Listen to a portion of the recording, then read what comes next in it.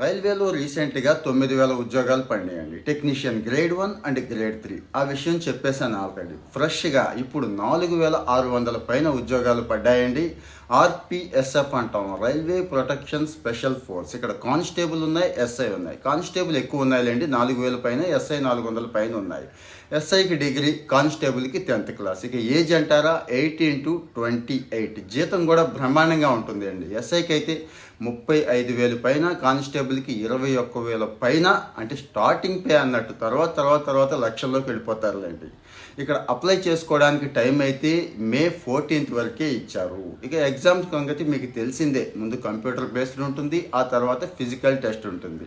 Application కూడా పెద్ద cost ఏమీ లేదండి. ఎస్సీ ఎస్టీ వీళ్ళకైతే జస్ట్ 250 రూపీసే పెట్టారు.